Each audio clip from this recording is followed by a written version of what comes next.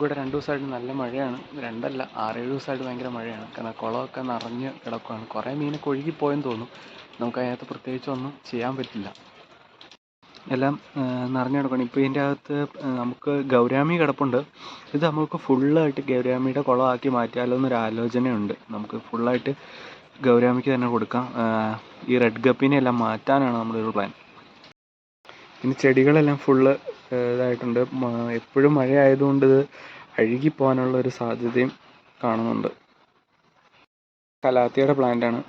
അവനൊക്കെ എങ്ങനെയാവും എന്നറിയത്തില്ല. ഇത് ചട്ടിക്കാണ് നട്ടിരിക്കുന്നത്. ഇത്രയും ഹൈറ്റായി. നമ്മൾ മീൻകുളത്തിൻ്റെ സൈഡിലേക്ക് ഒരെണ്ണത്തിനെ നമ്മൾ മാറ്റി നട്ടു.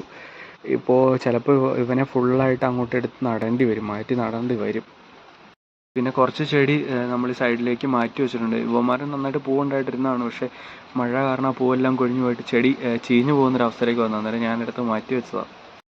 മറ്റേ ബഫല്ലോ ഗ്രാസ് സെറ്റ് ചെയ്തതാണ്. അതിൻ്റെ മുകളിൽ നമ്മൾ ചെടി വെച്ചിരുന്നതാണ്.